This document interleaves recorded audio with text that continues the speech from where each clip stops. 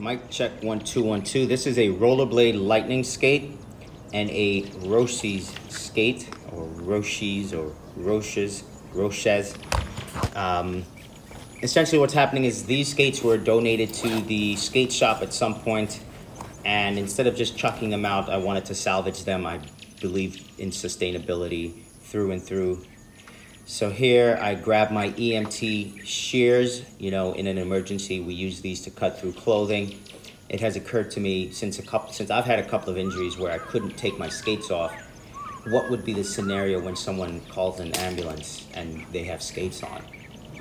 As I am also a skater and an EMT, I think if I had to arrive at a scene with an injured skater, I would clearly not cut the skate off. But if their foot or leg were somehow compromised by the skate being on their foot, I would absolutely tear right through the buckle and possibly the cuff or the lacings or the liner or any aspect that I could cut to mitigate any more, to mitigate further injury and do no harm.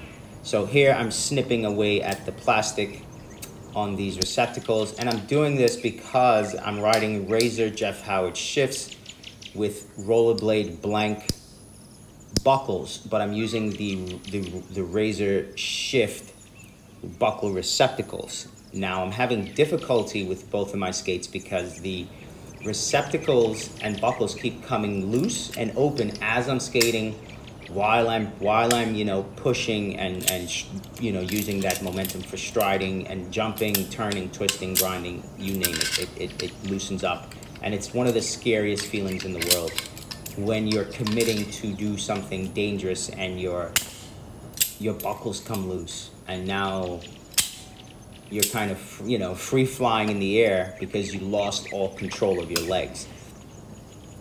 So here I'm using vice grips to manipulate the rivet, right? These are 30-year-old skates, so the Rollerblade Lightnings and the Roces skates, they have an almost identical design, which is the same design as the Roces M12 or the former Valo V13.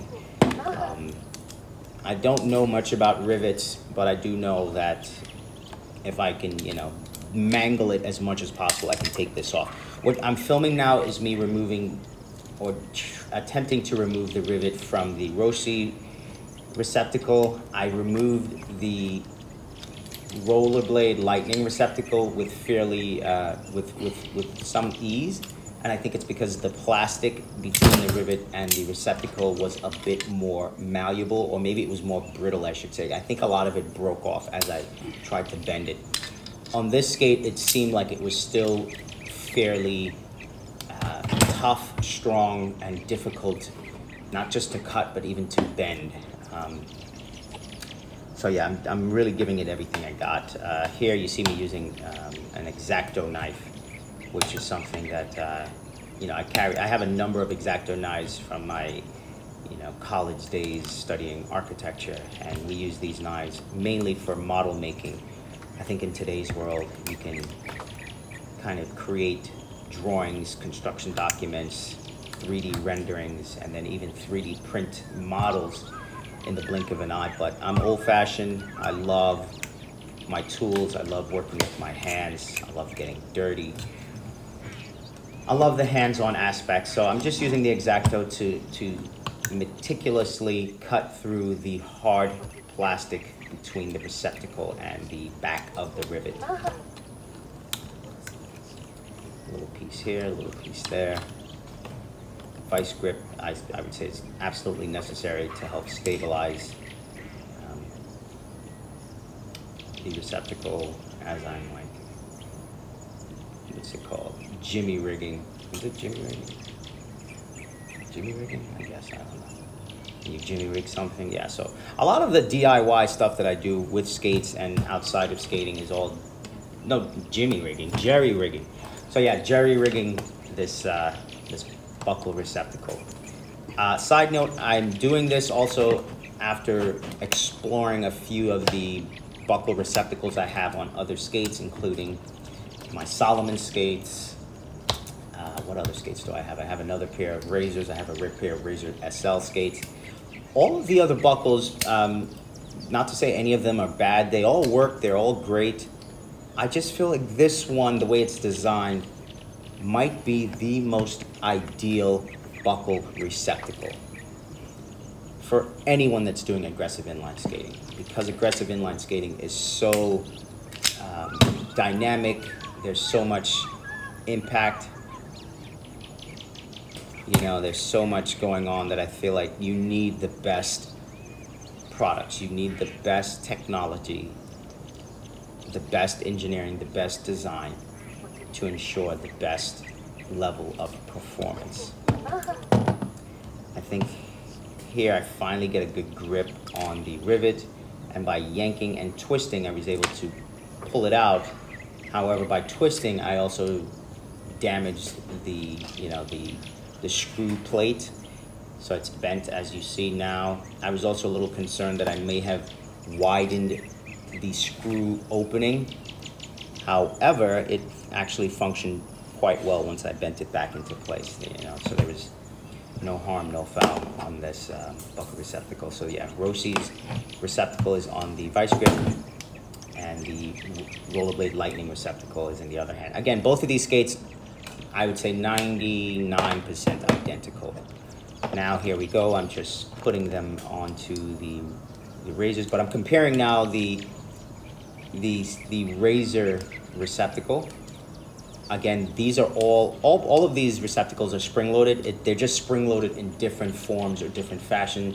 One, maybe you pull. This receptacle from the Lightnings and the Roces, you press down on the front of the receptacle where the buckle meets the receptacle. I think some of the other razors, skates, and products that I have, instead of pressing down, you pull up on the receptacle, but you pull up on the back of the receptacle to loosen, or you know, to loosen up the buckle.